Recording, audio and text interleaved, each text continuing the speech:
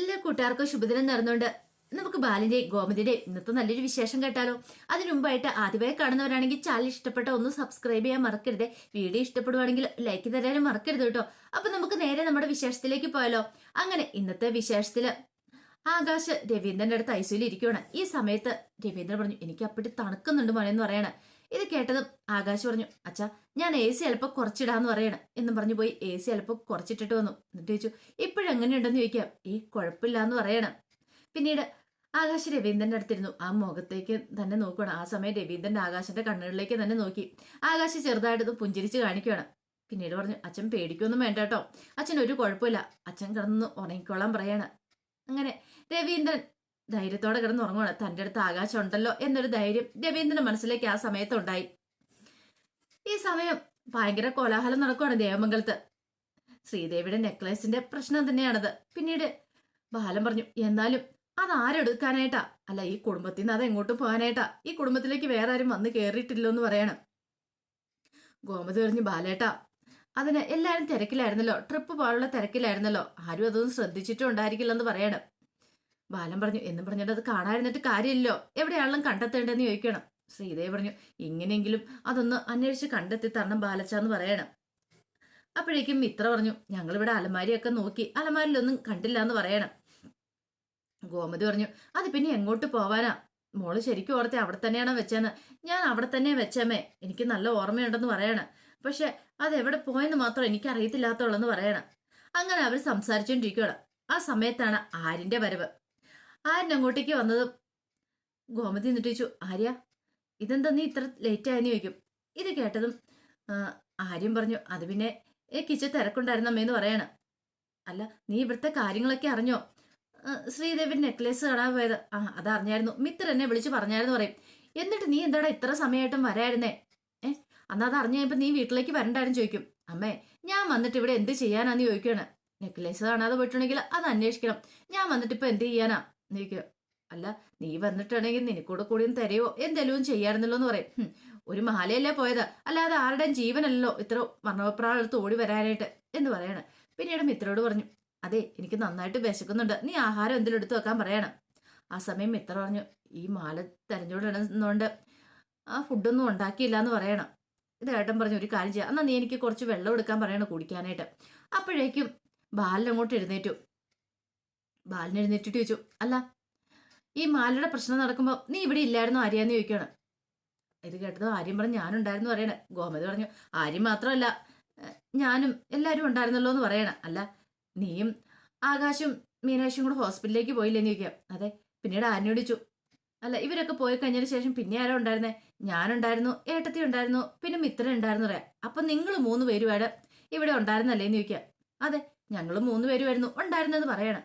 അപ്പോഴേക്കും മിത്ര അങ്ങോട്ടേക്ക് വന്നു. ഈ സമയത്ത് ബാലൻ പറഞ്ഞു, അല്ല അങ്ങനെയാണെങ്കിൽ നിനക്കറിയാലോ ആ മാല എവിടെയാന്ന്? അച്ഛൻ എന്ത് വർത്താനാ പറയണച്ചാ? അതെങ്ങനെയാ എനിക്കറിയാവുന്നേ? ഈ സമയം ബാലൻ പറഞ്ഞു, നിങ്ങളുണ്ടായിരുന്ന സമയത്തായിരിക്കുമല്ലോ ആ മാല മോഷണം പോയെന്ന് പറയണം. ഇത് കേട്ട് കഴിഞ്ഞപ്പോൾ ഗോമതി പറഞ്ഞു, അതെങ്ങനെ ശരിയാവും ബാലേട്ടാ? എപ്പോഴാ പോയെന്ന് എങ്ങനെ അറിയണേ? ആ മാല മോഷണം പോയ സമയം ബാലേട്ടൻ അറിയാവോ? ഇല്ലല്ലോ, അതിനു മുമ്പ് എല്ലാവരും ഇവിടെ ഉണ്ടായിരുന്നു. അപ്പോഴേക്കും ശ്രീദേവി വന്നിട്ട് പറഞ്ഞു, ബാലച്ച അത് എപ്പോഴാ പോയെന്ന് അറിയത്തില്ല. ഒന്നാമത്തെ കാര്യം ഞങ്ങള് പോകാനുള്ള ട്രിപ്പിന് പോകാനുള്ള തിരക്കിലായിരുന്നു. അങ്ങോട്ടും ഇങ്ങോട്ടും എല്ലാവരും മുറി മാറിയൊക്കെ കയറുന്നുണ്ടായിരുന്നു ഒരാവശ്യത്തിന് വേണ്ടിയിട്ട്, സാധനങ്ങൾ എടുക്കാനും അതിനൊക്കെ ആയിട്ട്. ഒരു പക്ഷേങ്കിൽ ആരെങ്കിലും എപ്പോഴെല്ലാം അങ്ങോട്ട് കൈതട്ടിയോ അങ്ങോട്ടും ഇങ്ങോട്ട് മാറുമോ അവിടെയും കൊണ്ട് വെക്കുമോ എന്തെങ്കിലും ചെയ്താലോ എന്ന് ഓർത്തിട്ടാ ഓരോരുത്തരുടെ മുറിയിൽ കയറി അന്വേഷിച്ചെന്ന് പറയാണ്. ഇനിയിപ്പം ആകെപ്പാടെ നോക്കാനുള്ള മീനാക്ഷിയുടെ ആകാശിന്റെ മുറി മാത്രമുള്ളെന്ന് പറയണം. ഇത് കേട്ടതും ബാലൻ പറഞ്ഞു, ആഹാ, അപ്പൊ ഏതെങ്കിലും ആരുടെയും മുറി കാണുമെന്ന് നിങ്ങൾ വിശ്വസിക്കുന്നുണ്ടല്ലേ എന്ന് ഗോമതിയോട് ചോദിക്കുക. ഇത് കേട്ടപ്പോ ഗോമതി പറഞ്ഞു, അങ്ങനെയല്ലോ ബാലേട്ടാ, അങ്ങോട്ടും ഇങ്ങോട്ടും എല്ലാവരും പിള്ളേരൊക്കെയാണല്ലോ അങ്ങോട്ടും ഇങ്ങോട്ടും പോയതല്ലേ. അപ്പൊ ഇനിയിപ്പം മീനാക്ഷിയുടെ മുറിയിൽ എങ്ങാനും ഉണ്ടോന്ന് അറിയത്തില്ലോ, മീനാക്ഷി എങ്ങാനും എടുത്തോണ്ട് വെച്ചിട്ടുണ്ടോന്നും അറിയത്തില്ലോ എന്ന് പറയണം. ഇത് കേട്ടപ്പോ ബാലൻ പറഞ്ഞു, അങ്ങനെയാണെങ്കിൽ ആ മുറി കാണാൻ വഴിയില്ലെന്ന് പറയണം. അതാ ബാലേട്ടാ അങ്ങനെയൊക്കെ പറയണെന്ന് ചോദിക്കുക. അതെ, കള്ളം കപ്പലിൽ തന്നെയാന്ന് പറയണം. ഇത് കേട്ടതും ഗോമതിച്ചു, കള്ളം കപ്പലിൽ തന്നെയാന്നോ? അതെ, ഇനിയിപ്പോ കൂടുതൽ പറയാല്ല, സത്യം പറയാ, മാല എവിടെയാന്ന് ചോദിക്കണം. ആര്യം പറഞ്ഞു, അച്ഛൻ എനിക്കറിയത്തില്ല മാല എവിടെയാന്ന്. നീ അറിയാതെ അത് എങ്ങോട്ടും പോകത്തില്ലെന്ന് പറയണം. ഞാൻ അറിയാതെ പോകത്തില്ലെന്നോ? അച്ഛൻ എന്ത് വർത്താനാ പറയണെന്ന് ചോദിക്കും. അതെ. ഇത് കേട്ടപ്പോ ഗോമതി പറഞ്ഞു, ബാലേട്ടാ പറയുന്നത് എന്താന്ന് ബാലേട്ടന് വല്ല ബോധം ഉണ്ടോന്ന് ചോദിക്കുകയാണ്. എനിക്കെന്താ ബോധ്യക്കുറവ്, ഇവര് മൂന്നുപേരുമായിരുന്നു ഇവിടെ ഉണ്ടായിരുന്നേ എന്ന് പറയണം. അപ്പോഴേക്കും മിത്ര അങ്ങോട്ടേക്ക് വന്നു. മിത്ര വന്നിട്ട് പറഞ്ഞു, അച്ഛൻ എന്ത് അല്ല അങ്കിൾ എന്ത് വർത്താനം പറയണമെന്ന് ചോദിക്കാം. അപ്പം മിത്ര ഒരു കസാലിലൊക്കെ പിടിച്ചോടായിരുന്നേ. പെട്ടെന്ന് മിത്ര ആ കസാരയൊക്കെ അങ്ങോട്ട് തള്ളി മാറ്റിയിട്ട് പാഞ്ഞങ്ങോട്ട് വരുവാണ്. ഒരു പെണ്ണ് സിംഹമായിട്ട് അങ്ങോട്ട് വരുവാണ് അങ്ങോട്ട്.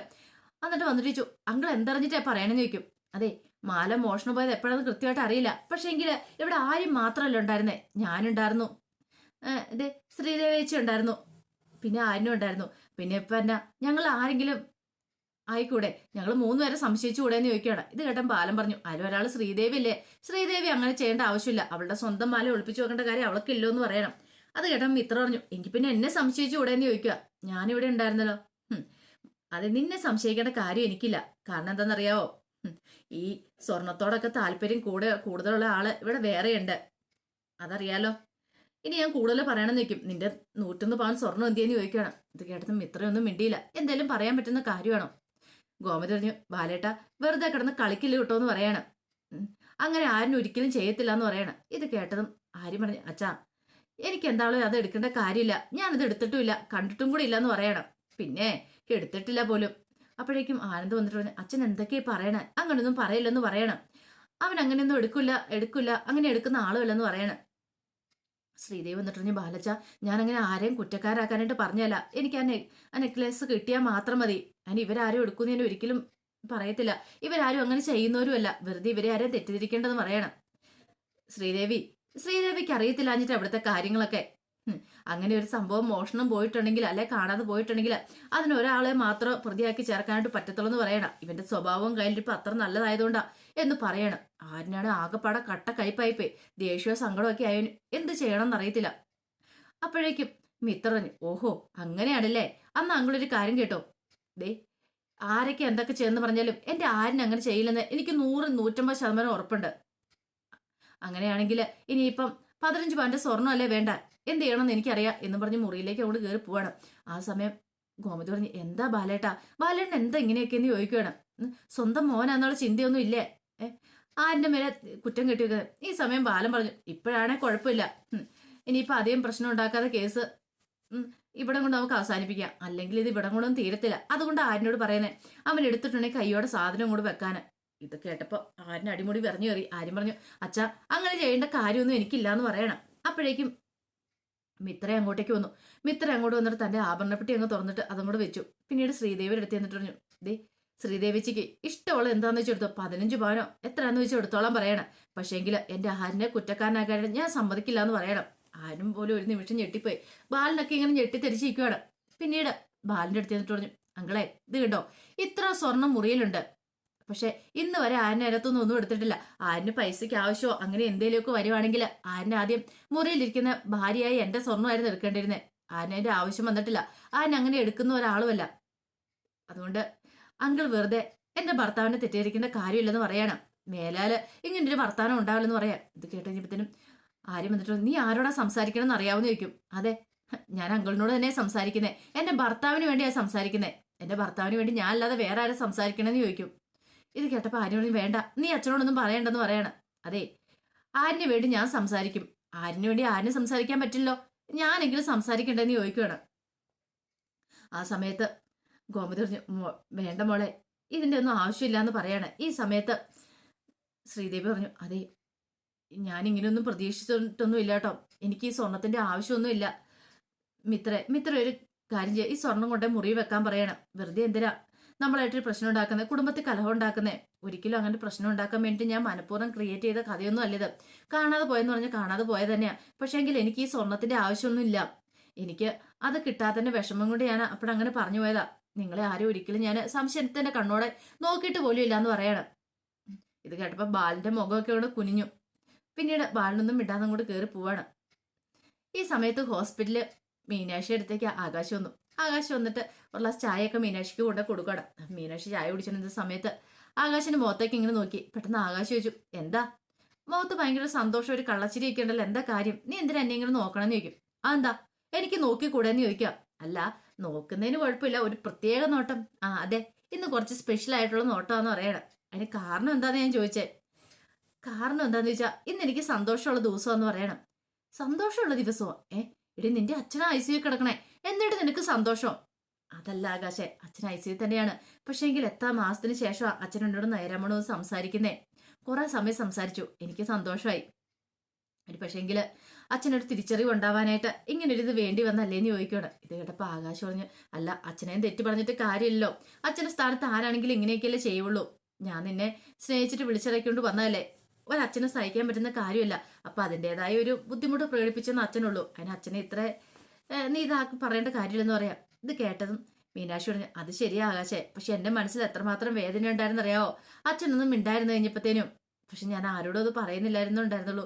ഇപ്പൊ എനിക്ക് സന്തോഷമായി. പിന്നെ അച്ഛന്റെ കാര്യങ്ങൾ നോക്കാനായിട്ട് ആകാശ് എന്നോടൊപ്പം കട്ട സപ്പോർട്ടിന് നിൽക്കുന്നുണ്ടല്ലോ, അത് തന്നെ എന്റെ ഏറ്റവും വലിയ ഭാഗ്യമില്ലേന്ന് ചോദിക്കണം. ഇത് കേട്ടപ്പോ ആകാശ് പറഞ്ഞു, മനസ്സിലായി മനസ്സിലായി, സോപ്പല്ലേന്ന് ചോദിക്കും. സോപ്പല്ല ആകാശേ, ഞാൻ ശരിക്കുള്ള കാര്യം പറഞ്ഞെന്നൊക്കെ പറയാണ്. പിന്നീട് ഗോമതി നേരെ മുറിയിലേക്ക് ഇല്ലുവാണ്. ആ സമയം ബാലൻ മുറിയിലുണ്ടായിരുന്നു. പിന്നീട് ബാലന്റെ അടുത്തേക്ക് എന്നിട്ട് പറഞ്ഞു, എന്തായാലും നല്ല കഥയായി ബാലേട്ടാന്ന് പറയണേ. എന്ത്? അല്ല ബാലന്റെ അത് എന്തു വായിച്ച ആരെന്നെ കുറ്റപ്പെടുത്തിയെന്ന് ചോദിക്കാം. അതോ? അതെ, ഇത് സ്വർണ്ണമല്ലേ മോഷണം പോയിരിക്കുന്നേ. സ്വർണം മോഷണം പോയിട്ടുണ്ടെങ്കിൽ കുറ്റപ്പെടുത്താനായിട്ട് ഒരാളും ഇവിടെ കാണത്തുള്ളൂ, അത് നിന്റെ മോൻ ആര്യനാന്ന് പറയണം. ഇത് കേട്ട് ഇതിനും ഗോമതി പറഞ്ഞു, എന്ത് വർത്താനം ബാലേട്ടെ പറയണേ? നമ്മുടെ മോൻ തന്നെയല്ലേ അവന്. ഇവിടെ ഇത്രയും പേരുണ്ടായിട്ട് അവനെ മാത്രം എന്തുകൊണ്ടാ ബാലയുടെ സംശയിക്കണമെന്ന് ചോദിക്കും. നിന്റെ സ്വഭാവം, മോന്റെ സ്വഭാവം അത്ര നല്ലതായതുകൊണ്ടാ ഗോമതി എന്ന് പറയാണ്. അതെ ബാലേട്ട, ബാക്കി എന്ത് വേണം ഞാൻ പറഞ്ഞാൽ വിശ്വസിക്കും, പക്ഷെ ഇത് ഞാൻ ഒരിക്കലും വിശ്വസിക്കില്ല. ഈ പറയുന്ന ആരുടെ കക്കോ മോഷ്ടിക്കോ ഒന്നും ചെയ്യത്തില്ല എന്ന് പറയണം. അത് നീ പറയണേ, പക്ഷെങ്കില് സത്യം അതൊന്നും അല്ലാന്ന് പറയണം. നീ കണ്ടോ ഈ അവസാനം ഈ മാല കിട്ടിക്കമ്മന്റെ പ്രതിപ്പട്ടിയിൽ 1ാം സ്ഥാനത്തേക്കുന്ന ആളാരെന്നറിയാവോ? നിന്റെ മോൻ ആര്യനായിരിക്കും എന്ന് പറയണം. ഇത് കേട്ടതും ഗോമതിക്ക് അങ്ങോട്ട് സഹിച്ചില്ല. ഗോമതി പറഞ്ഞു, ബാലേട്ടൻ എന്താ പറഞ്ഞേ? എന്റെ മോൻ ആര്യനായിരിക്കുന്നോ? എന്നാ ബാലേട്ടൻ ഇത് കേട്ടോ, ഈ കുടുംബത്തിൽ വേറെ ആര് പ്രതിസ്ഥാനത്തേക്ക് വന്നാലും എന്റെ മോൻ ആരിനും ഒരിക്കലും വരില്ല. ഇത് ഞാൻ ബാലേട്ടനെ വെല്ലുവിളിച്ച് പറയുന്നതെന്ന് പറയാം. വേണം ബെറ്റ് വെക്കാന്ന് പറയണം. ശരി ആയിക്കോട്ടെ എന്ന് പറയണം. അങ്ങനെ ബാലിനെ വെല്ലുവിളിച്ച് ഗോമതി വെറ്റ് വെക്കുകയാണ്, തന്റെ മോൻ ആരും വരത്തില്ലെന്നുള്ള കാര്യം. പിന്നീട് ബാലനൊന്നും മിണ്ടാതെ അങ്ങോട്ടേക്ക് ഇറങ്ങി പോവാണ്. അതിനുശേഷം ശ്രീദേവി മുറിയൊക്കെ അടിച്ചു വാരുവാണ്. മുറിയൊക്കെ അടിച്ചു വരുന്ന സമയത്താണ് കട്ടിലിന്റെ അടി അടിച്ചു കഴിഞ്ഞപ്പോഴത്തേനും ആ നെക്ലേസ് അങ്ങോട്ട് കട്ടിലിന്റെ അടിയിൽ നിന്ന് അങ്ങോട്ട് വരുന്നത്. കട്ടിലിന്റെ അടിയിലേക്ക് കണ്ട് ചാടിപ്പോയിട്ടുണ്ടായിരുന്നു. കാണാതിരുന്നാണ്. പെട്ടെന്നൊരു നിമിഷം ആ ശ്രീദേവി ഓടി അങ്ങോട്ട് ചെന്നു. ഓടിച്ചെന്ന് ആ നെക്ലേസ് ഇങ്ങ് എടുക്കുവാണ്.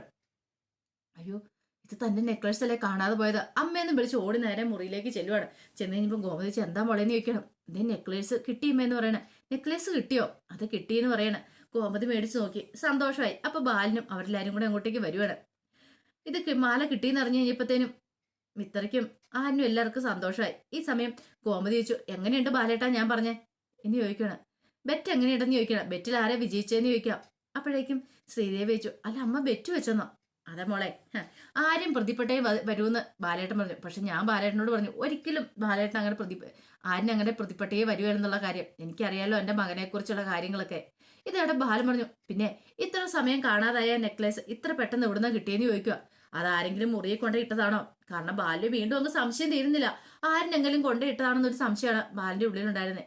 ശ്രീദേവി പറഞ്ഞു, അങ്ങനെയൊന്നും അല്ല ബാലച്ച, കട്ടലിന്റെ ഏറ്റവും മൂലയ്ക്ക് അങ്ങേ തലയ്ക്ക് കിടക്കുമായിരുന്നു. അപ്പൊ മുറി അടിച്ചു വരുന്ന സമയത്ത് ഞാൻ കണ്ടേന്ന് പറയണ. അല്ല സാധാരണ നമ്മൾ സ്വർണ്ണമൊക്കെ വെക്കുന്ന അലമാരിക്കത്തല്ലേ, നമ്മൾ അലമാരിക്കത്തല്ലേ നോക്കുള്ളൂ ആദ്യം, പിന്നീട് ജ്വല്ലറി ബോക്സിനകത്ത് നോക്കും. അവിടെ കണ്ടില്ലെങ്കിൽ പിന്നെ എടുത്തു വെക്കുന്ന സാധനം പിന്നെ നമ്മൾ നിലത്ത് കട്ടലിനിടയിൽ നിന്നും പോയി നോക്കാറില്ലോ എന്ന് പറയണം. അതുകൊണ്ട് ഞാൻ അവിടെയൊന്നും നോക്കിയില്ലായിരുന്നു പറയണം. ഇത് കേട്ടപ്പോ ബാലിന്റെ ഉത്തരം മുട്ടി. ഗോമതി ബാലിനെ നോക്കി നാക്കി ഒന്ന് ചിരിക്കുകയാണ്. ഇപ്പൊ എങ്ങനെയുണ്ടെന്നുള്ള രീതിയിൽ ഒന്ന് ചിരിക്കുകയാണ്.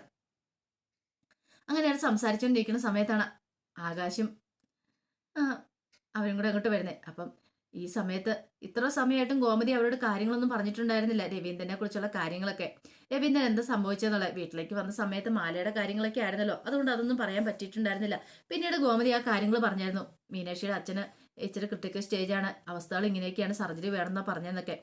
അപ്പം ഇതെല്ലാം അറിഞ്ഞപ്പോൾ എല്ലാവർക്കും ഭയങ്കര സങ്കടമായിപ്പോയിരുന്നു. അപ്പൊ ശ്രീദേവി പറഞ്ഞു, അന്നെങ്കിൽ എന്നോടെങ്കിലും ഒന്ന് പറയായിരുന്നു അമ്മയ്ക്ക് ഇങ്ങനൊരു സംഭവമാണെന്ന്. ഇത് കേട്ടത് ഗോമതി പറഞ്ഞു, അത് പിന്നെ മോളോട് ആരോടും പറയായിരുന്നേ, ഇവിടെ അറിഞ്ഞിട്ടുണ്ടെങ്കിൽ ഈ സമയത്ത് ആ ഒരു വിഷമം കൂടെ ആർക്കും താങ്ങാൻ പറ്റില്ലല്ലോ എന്ന് കരുതിയിട്ടാണ്. ഒന്നാമത്തെ കാര്യം മാല പോയതിന്റെ വിഷമത്തിൽ എല്ലാവരും ഇരിക്കുക, ആ സമയത്താണ് ഇതും കൂടെ, അതുകൊണ്ടാണ് ഇന്ന് പറയായിരുന്നെന്നൊക്കെ പറയണം. അപ്പോഴേക്കും ആകാശം മീനാക്ഷിയും കൂടെ അങ്ങോട്ടേക്ക് കയറി വന്നു. പെട്ടെന്ന് ശ്രീദേവിയും മീനാക്ഷിനെ കെട്ടിപ്പിടിക്കണം. പോട്ടെ സാരമില്ല, ഒന്നും സംഭവിക്കരുതെന്നൊക്കെ പറഞ്ഞ് ആശ്വസിപ്പിക്കുകയാണ്. പിന്നീട് എല്ലാവരും ചോദിച്ചു, എങ്ങനെയുണ്ട് അച്ഛൻ, എങ്ങനെയുണ്ടെന്നൊക്കെ ചോദിക്കുകയാണ് മീനാക്ഷിയോട്. പറഞ്ഞു കുഴപ്പമില്ല, കുറവുണ്ടെന്നൊക്കെ പറയണം. പിന്നീട് മിത്ര വന്ന് കയ്യിലേക്ക് പിടിച്ചു. ഈ സമയത്ത് ഗോമതി പറഞ്ഞു, എന്ത് ചെയ്യാനാ മോളെ, വന്നിട്ടൊന്ന് വിളിക്കാൻ പോലും സമയം കിട്ടിയില്ല. അതിനേക്കാളും വലിയ അന്താരാഷ്ട്ര പ്രശ്നമല്ലേ ഇവിടെ നടന്നുകൊണ്ടിരുന്നതെന്ന് പറയണേ.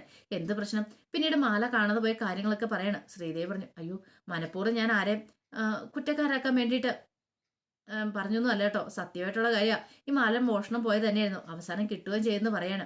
ഇത് കേട്ടപ്പോൾ ശ്രീദേവി ഒരു സംശയ ദൃഷ്ടിയോട് കൂടിയിട്ട് മീനാക്ഷിനെ നോക്കി. പിന്നീട് മീനാക്ഷി പറഞ്ഞു, അതെ അല്ല മീനാക്ഷി ഒരു സംശയ ദൃഷ്ടിയോടുകൂടി ശ്രീദേവിനെ നോക്കുകയാണ്. അതിനുശേഷം ശ്രീദേവി പറഞ്ഞു, അയ്യോ ഇവിടെ ആരിനെ എല്ലാവരും സംശയിച്ചായിരുന്നു, പക്ഷെ എങ്കിൽ ഞാൻ ആരിനെ സംശയിച്ചിട്ടൊന്നും ഇല്ല കേട്ടോ എന്നൊക്കെ പറയണം. കാരണം മുമ്പേ തന്നെ ഒന്ന് എറിഞ്ഞു. അല്ലെങ്കിൽ ഇനിയിപ്പം താൻ സംശയിച്ചു, അല്ലെങ്കിൽ അതിന്റെ പേരിൽ ഇനിയിപ്പോൾ അടുത്ത പ്രശ്നം അങ്ങനെ ഉണ്ടായിട്ടുണ്ടെങ്കിൽ തനിക്ക് ഇവിടെ പിടിച്ചിപ്പുണ്ടാവില്ല എന്നുള്ള കാര്യം ശ്രീദേവിക്ക് അറിയായിരുന്നു. ആ സമയത്ത് മാല കയ്യിൽ ഇങ്ങനെ മുറുക്കെ പിടിച്ചിരിക്കുകയാണ്. ശ്രീദേവി പെട്ടെന്ന് മിത്ര പറഞ്ഞു, ആ മാലയൊന്ന് കാണിച്ചേ, ഞാനൊന്ന് നോക്കട്ടെ എന്ന് പറയണം. അങ്ങനെ ശ്രീദേവിയുടെ കയ്യിൽ നിന്ന് മാല മേടിച്ച് മിത്രയൊന്ന് നോക്കണം. പിന്നീട് ശ്രീദേവിയുടെ കയ്യിലേക്ക് തിരികെ കൊടുത്തു. എന്നിട്ട് ആര്യനോട് പറഞ്ഞു, ഭാര്യ മുറിയിലേക്ക് കയറിപ്പോന്ന് പറഞ്ഞ് ആര്യന്റെ കൈയും പിടിച്ച് മുറിയിലേക്ക് അങ്ങോട്ട് കയറി പോവാണ്. അപ്പൊ അതിന്റെ വിശേഷങ്ങളൊക്കെയാണ് കണ്ടത്. ഇതിന്റെ ബാക്കി വിശേഷങ്ങളുമായിട്ട് വൈകുന്നേരത്തെ പ്രമോയി വരാട്ടോ. ഒരിക്കൽ കൂടി എല്ലാവർക്കും ശുഭദിനം നേർന്നുകൊണ്ട് നിർത്തുന്നു. നന്ദി.